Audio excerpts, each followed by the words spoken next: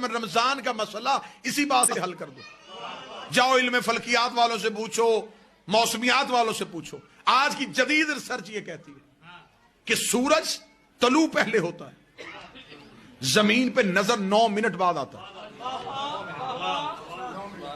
انہوں نے دلیل دی, انہوں نے کہا جو سورج کی پہلی شعاع سورج سے نکل کے زمین تک پہنچتی ہے تو زمین کے ٹائم کے مطابق اسے 9 منٹ کا دورانیہ چاہیے سورج سے نکل کے زمین تک پہنچنا. جب تک وہ ہمارے گولے پہ وہ لائٹ نہیں پہنچتی ہم یہ سمجھتے ہیں کہ سورج آیا ہی نہیں. شعاع بتاتی ہے کہ وہ آ گیا ہے. کوئی تو بندہ ہوگا.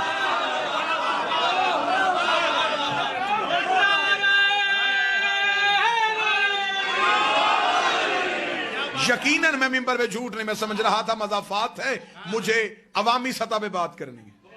میرے ان 2 عزت والے سادات نے مجھے بتایا کہ اسے عمومی سطح نہ سمجھیے گا, یہ مخصوص لوگ ہیں جنہوں نے قدیمی علماء کو سماعت کیا ہوا, لہذا آپ کی سماعتوں کے اس معیار کو سمجھتے ہوئے میں نے گفتگو اس سطح پہ کی. انہوں نے کہا سورج سے نکلتی ہر 9 منٹ بعد آتی ہے. 9 منٹ تک دنیا میں اندھیرا رہتا ہے کیونکہ شعاع نہیں پہنچی. شعاع سورج کی دلیل ہے, دلیل ہی کو عربی میں حجت کہتے ہیں.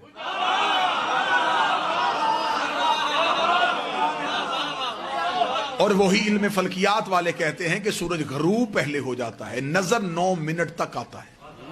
اس وجہ سے کہ وہ جو شعاع زمین پہ ہوتی ہیں ان شعاؤں کو واپس سورج تک پہنچنے کے لیے 9 منٹ کا ٹائم چاہیے. جتنی دیر تک وہ زمین سے سورج تک پہنچتی ہیں زمین والے سمجھتے ہیں کہ ابھی سورج ہے لیکن وہ جا چکا ہوتا ہے. میرے جانے کے بعد سب بات سمجھ میں آئے تو پھر نوکر کو دعا دے دینا, رات بستر میں سمجھ آئے تو پھر نوکر کو دعا دے دینا.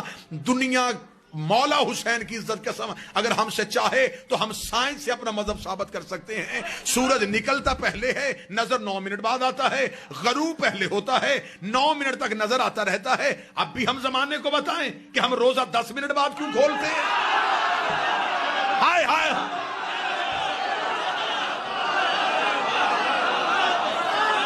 ہمارے سحر و رفتار کا تعلق شعاؤں سے نہیں.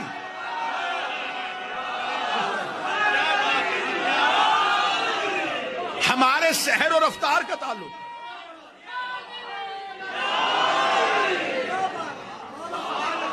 ہمارے سحر و رفتار کا تعلق شعاؤں سے نہیں, سورج سے.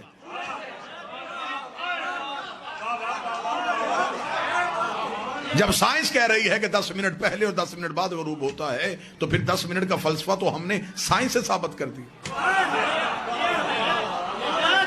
یہ انتہائی ایک جاہلانہ سی سوچ زمانے کو بتائی جاتی ہے. میرے اہل سنت بھائی تشریف فرمائیں, پیغام ان تک یہ پہنچایا جاتا ہے روزہ کھولنے میں جلدی کرنی چاہیے اس لیے کہ روزہ مکروہ ہو جاتا ہے.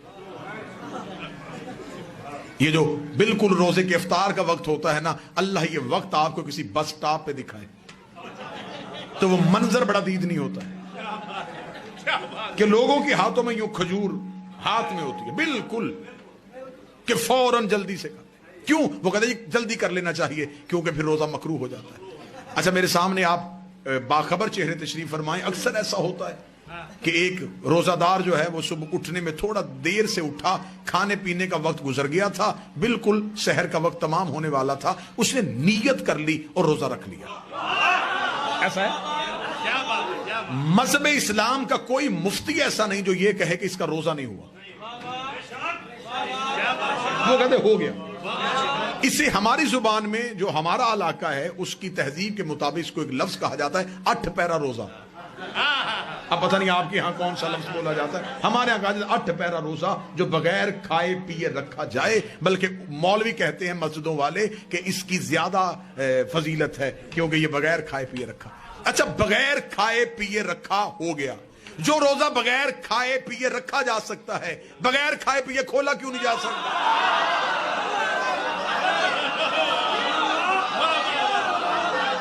روزے کا تو اپنا وقت ہے, اس نے یہ نہیں دیکھنا کہ آپ نے کھجور کھائی ہے کہ نہیں کھائی. آپ فجر پڑھیں یا نہ پڑھیں, جب فجر کا وقت گزر جائے گا تو وہ گزر گیا. عبادات جو ہوتی ہیں یہ انسان کی محتاج نہیں ہوتی, انسان عبادات کا محتاج ہے. لیکن یہ ساری منفی سوچیں اس لیے آئیں کہ جب دین وارثوں سے چھوڑ کے اپنے جیسوں سے لوگ تو پھر یہی حالت ہو. لہذا جو بات میں آپ تک پہنچا رہا تھا، بغیر ان کے اللہ سمجھ میں نہیں آ سکتا۔ یہ رمضان کا مہینہ وہ ہے جس میں گناہگار بھی اللہ کے قریب ہونے کی کوشش کرتے ہیں۔ کیا کہا جاتا ہے اس میں سیکھے صاحب کہ نیت کی جاتی ہے کہ 2 رکعت نماز فجر پڑھتا ہوں قربتاً اللہ، روزہ رکھتا ہوں قربتاً اللہ۔ ہمارے ہاں اصل میں مسئلہ زیادہ یہ ہے کہ اکثر چیزیں جو ہیں ان کا تعلق جب عربی زبان سے آ جاتا ہے تو ہم اس سے بے خبر ہو جاتے ہیں۔ مثلا نیت کی عبادت کی قربتاً اللہ، نماز پڑھتا ہوں قربتاً، یہ قربتاً اللہ کیا ہے؟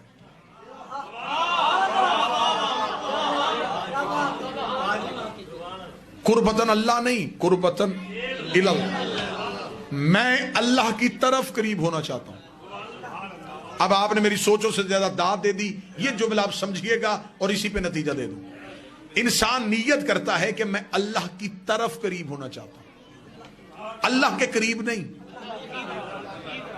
اللہ کی طرف قریب۔ جس شے کے آپ نے قریب ہونا ہو اس شے کا کسی ایک جگہ پہ محدود ہونا ضروری ہے۔ مثلا میں کہوں کہ یہ جو ہوا چل رہی ہے میں اس کے قریب ہونا چاہتا ہوں تو ہوا تو چاروں طرف چل رہی ہے، میں کدھر قریب ہوں؟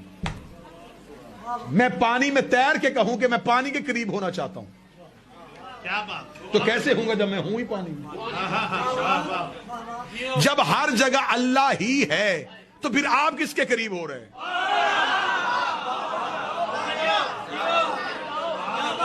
جتنا آسان کہیں گے اتنا آسان کر لوں گا، لیکن بات کو سمجھیے گا ضرور۔ نیت ہے قربتاً اللہ، اللہ کی طرف قریب ہونا چاہتا ہوں۔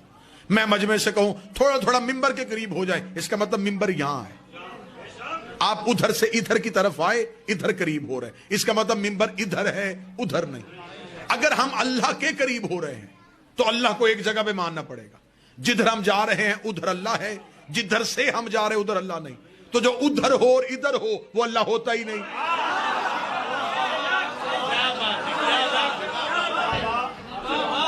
آپ کو پتہ بھی نہیں چلنا اور میں عقیدہ آپ کے کلیجے میں رکھ کے واپس آ جاؤں گا۔ ہم عقائد کے حوالے سے خود کچھ حملہ آور ہے کہ پتہ بھی نہیں چلتا، اور اس وقت پتہ چلتا ہے کہ جب ہم اس کے بالکل قریب بلاسٹ ہو جاتے کہ عقیدہ اس کے اندر اب صلاحیت کر گیا، آپ اللہ کی طرف قریب